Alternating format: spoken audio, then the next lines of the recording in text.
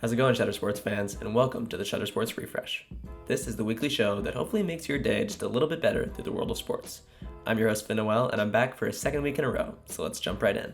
The NFL regular season has finally kicked off. Every team has played their first matchup with the exception of one game between the Jets and the 49ers, and that'll happen tonight. The two showcase games that went on Thursday and Friday were just as exciting as everyone expected. On Thursday, it was the home team Kansas City Chiefs who took down the Baltimore Ravens just by a few points. The Ravens had a chance at the end of the game, but it was Isaiah Likely's foot, which was just on the line, that ended up taking away a touchdown for them. The Philadelphia Eagles also took down the Green Bay Packers after the Packers quarterback Jordan Love went out with an unexpected injury. Love's injury was actually to his MCL, and he should be out a few weeks, but nothing insane. The big game on Sunday was also unexpectedly exciting as the Detroit Lions almost were taken down by the LA Rams. The game went to overtime, but the Lions ended up taking it home 26-20.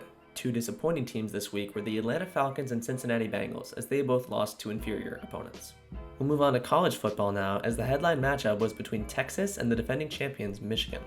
Although they won the championship last year, Michigan actually lost a lot of their squad over the offseason. This means they came into the game as the underdogs. Texas took that and ran with it as they dominated this game from start to finish, taking down Michigan. Notre Dame can't say the same thing though, as they lost to an unranked Northern Illinois team after beating Texas A&M last week.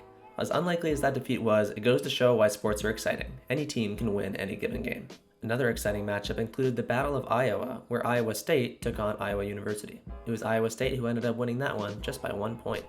We'll move over to the MLB now, where we get closer and closer to the playoffs every week. In the American League is the Cleveland Guardians, New York Yankees, and Baltimore Orioles who are still fighting tooth and nail for that top spot.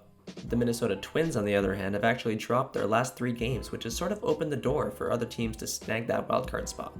Over in the National League, it's the New York Mets who have officially tied the Atlanta Braves' record. The Mets have gone 9-1 in their last 10 and are on a crazy hot streak. In the American League, the MVP race is between Bobby Witt Jr. and Aaron Judge right now.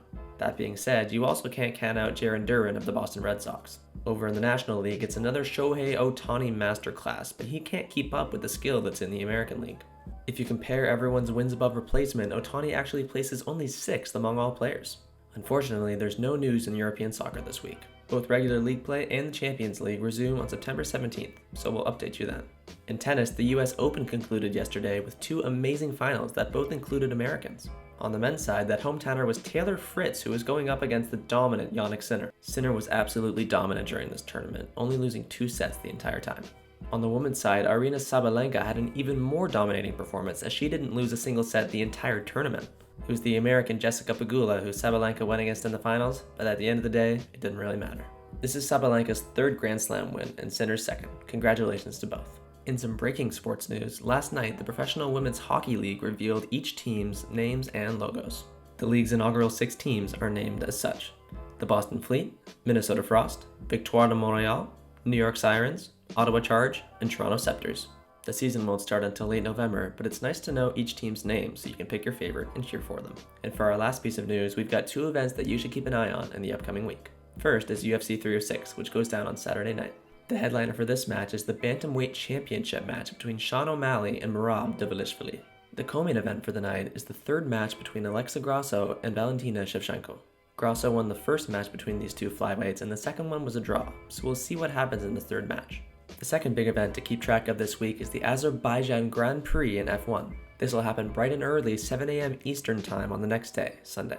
In the driver rankings, Verstappen holds a pretty good lead, but Lando Norris could make a comeback. But in the constructor rankings, it's Verstappen's Red Bull that's in the lead, but only by 8 points. With 8 races remaining, it's anybody's game. Well, that's all the news we have for today. Thank you for watching another episode of Shutter Sports Refresh. It's been a pleasure to tell you about all the sports news this week, but unfortunately it does have to come to an end. I've been your host, Finn Noel, and you can check out my social media along with Shutter Sports Media's social media down below.